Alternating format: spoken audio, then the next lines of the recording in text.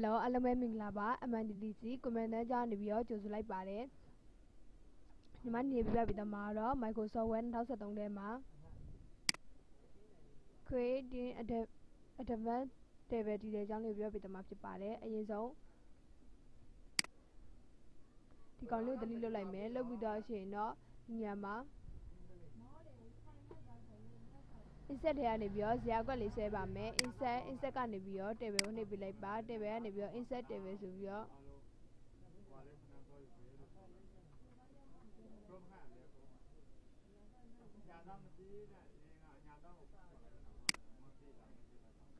မျိုးလုပ်ပြီးတော့ရှင်တော့ညလေးမှာ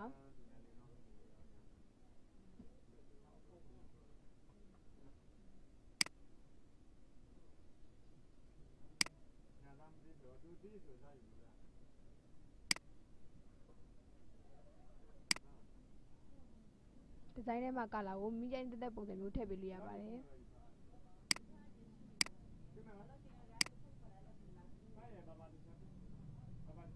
မကလာထည့်ပေးလို့ရတယ်ကွန်ထရိုးဆက်နဲ့နောက်ပြန်ဆုပ်လိုက်ပါဆုပ်ပြီးတော့ရှင်တော့ညလေးမှာ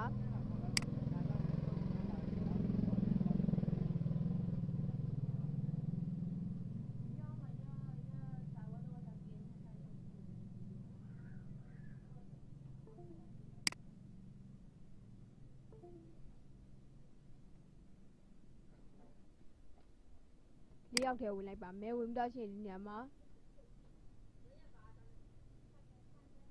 split table ကိုနှိပ်ပြလိုက်ပါနှိပ်ပြီးတော့ရှင်ဒီမှာကလစ်ချထားပြီးတော့ select မှတ်ထားတဲ့နေရာလေးကဒီနေရာလေးမှာတကွဲချင်းစီခွဲပြီးတော့ဖြစ်ပါတယ်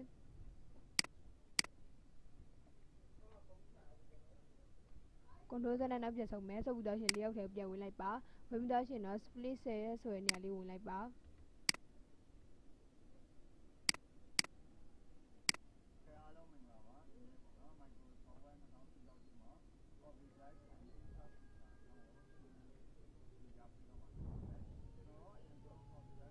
ကော်လန်ကိုတူးပဲထားလိုက်မယ်ရိုးနေရာမှာ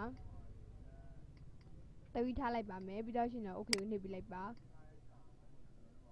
နှိပ်ပြီးတော့ရှင်ဒီလိုပုံစံလေးရလာပါပြီရလာပြီဆိုလို့ရှိရင်တော့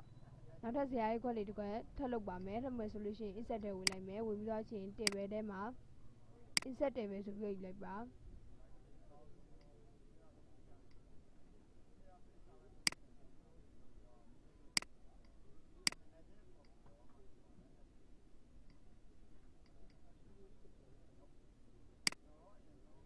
insert table ဆိုပြီးပေါ်လာတယ်ဒီညလေးမှာမိယူမဲ့အနေထားလောက်ကိုယူပြလိုက်ပါအရင်ဆုံးဒီကောင်မလုပ်ခင်မှာဒီနေရာလေးကိုမိပြုလုပ်မဲ့နေရာလေးကိုအရင်ဆုံးကလစ်ချထားလိုက်ပါကလစ်ချပြီးတော့မှ insert ထဲဝင်မယ်ဝင်ပြီးတော့ရှင် table ထဲမှာ insert table ဆိုပြီးနှိပ်ပြလိုက်မယ်နှိပ်ပြီးတော့ရှင် column ကဘယ်နှခုယူမှာလဲတဝီထားလိုက်မယ် column ကို row ကိုကြတော့4ထားလိုက်ပါမယ်ပြီးတော့ရှင်တော့ okay ကိုနှိပ်ပြလိုက်ပါမဇာတ်ခွက်တစ်ခွက်ရလာပါပြီရလာပြီဆိုလို့ရှိရင်နေရာလေးကို၄ယောက်ထဲကနေပြီးတော့ split cell လေးလုပ်ပါမယ်၄ယောက်ထဲဝင်လိုက်မယ်ဝင်ပြီးတော့ရှင်တော့ split cell ယူလိုက်မယ်ကွာလန်ကို2ပဲထားလိုက်မယ်ရိုးကိုလည်း2ထားလိုက်ပါမယ်ပြီးတော့ရှင်တော့ okay ကိုနှိပ်ပြလိုက်ပါ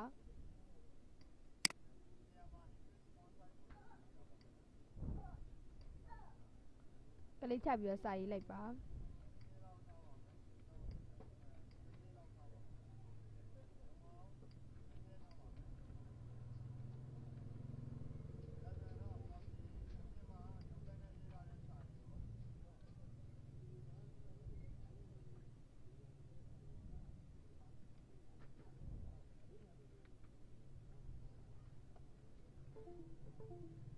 ဆရာကတခုချင်းမှာစာလုံးရေးလိုက်ပါ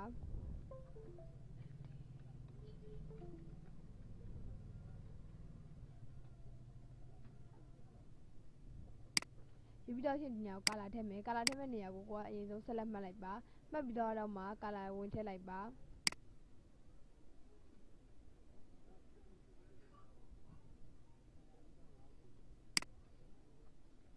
မိလူချင်းနဲ့ကာလာကိုထည့်ပြလိုက်ပါထည့်ပြီးတော့ရှင်ဒီညလေးကိုနောက်ထပ်ခောက်လာမယ်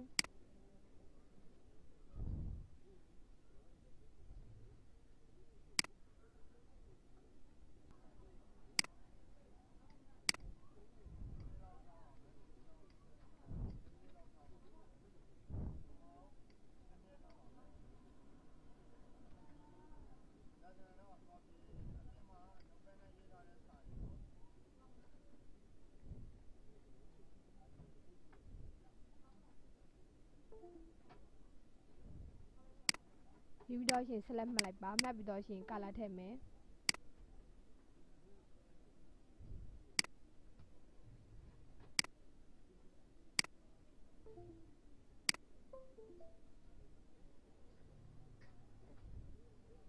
အကောင်လုံးဆက်လက်မှတ်လိုက်ပါမယ်မှတ်ပြီးတော့ရှင်ညာလေးကဝင်ပြီးတော့ border and shading တွေဝင်လိုက်မယ်ဝင်ပြီးတော့ရှင် style box ကိုကြာတော့မိကြိုက်တဲ့ပုံစံမျိုးပြောင်းပြလို့ရပါတယ်ယူပြီးတော့ရှင်မှာ color box လေးမှာ color ထည့်လို့ရပါတယ် color တွေကိုဝင်လိုက်မယ်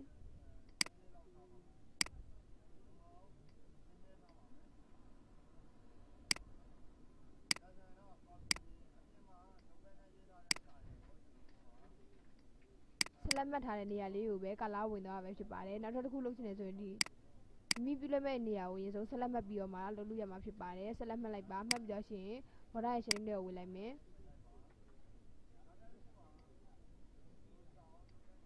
နောက်တစ်ပုံစံတစ်ခုထပ်ယူမယ်ယူပြီးတော့ရှင် color box လေးမှာ color ထည့်မယ် color လေးဝင်သွားပြီဖြစ်ပါတယ်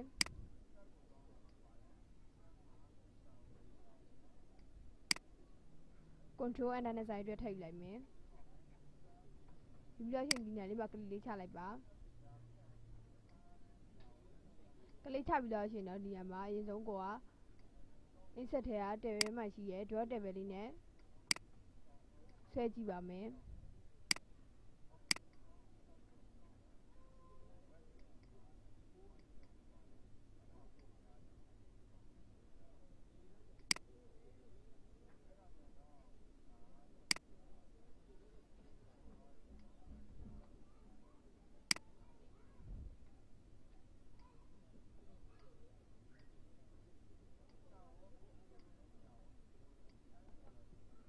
မိတိုင်းတက်တဲ့အနေထားဒီ draw table လေးနဲ့ဆွဲပြလို့ရပါတယ်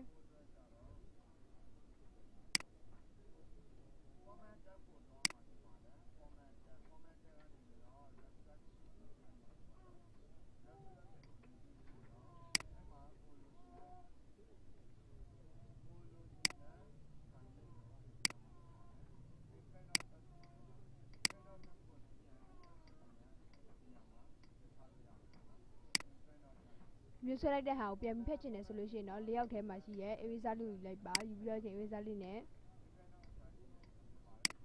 မျိုးဖြတ်ပေးလို့ရတယ်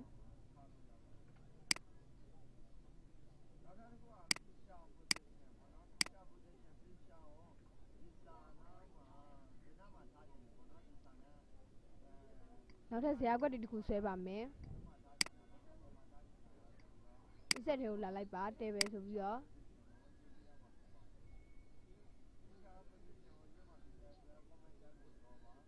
ကွိတ်တွေကနေပြီးတော့လည်းဒီမှာမိကြိုက်တဲ့ပုံစံကိုဆွဲပေးလို့ရပါတယ်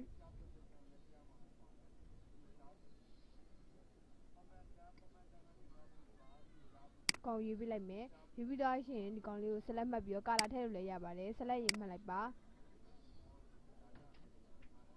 မှတ်ပြီးတော့မှကာလာဘော့စ်လို့လာပြီးကာလာထည့်လိုက်မယ်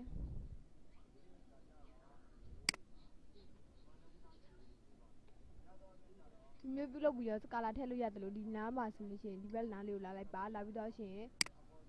ဒီဇရာကွက်ကိုအရင်ဆုံးကလေးလေးချလိုက်ချပြီးတော့ရှင်လေးဒီဇိုင်းထဲဝင်ပါမယ်ဒီဇိုင်းထဲမှာ shading ဆိုတဲ့နေရာလေးမှာကိုကကာလာတစ်ခုယူလိုက်မယ်ယူပြီးတော့ရှင်တော့ border style ထဲမှာလည်းကြိုက်နေတဲ့ပုံစံမျိုးတစ်ခုယူလိုက်မယ်ယူပြီးတော့ရှင်ပတ်ကာလာတဲ့ဝင်မယ်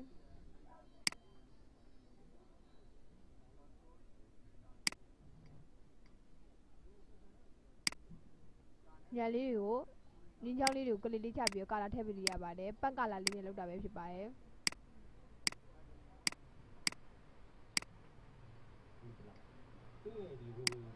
ပတ်ကာလာလေးယူလိုက်မယ်ယူပြီးတော့ရှင်ကိုကအနီအောင်မထည့်ချင်ဘူးနောက်ထပ်တစ်အောင်ထည့်ချင်တယ်ဆိုရင်ဒီကာလာလေးယူလိုက်ယူပြီးတော့ရှင်ညာလေးမှာဆွဲကြည့်လိုက်ပါ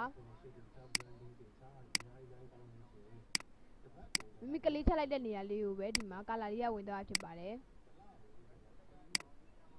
ကာလာမျိုးစုံထည့်ပြီးတော့ကိုယ့်ဘာကိုလုပ်ကြည့်လိုက်ပါ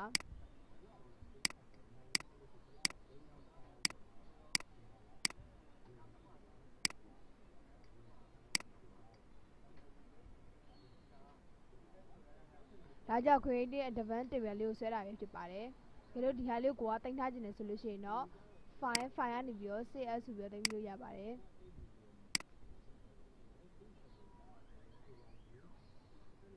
create advanced table ဆိုပြီးရေးလိုက်မယ်ဒီပြီးတော့ချင်း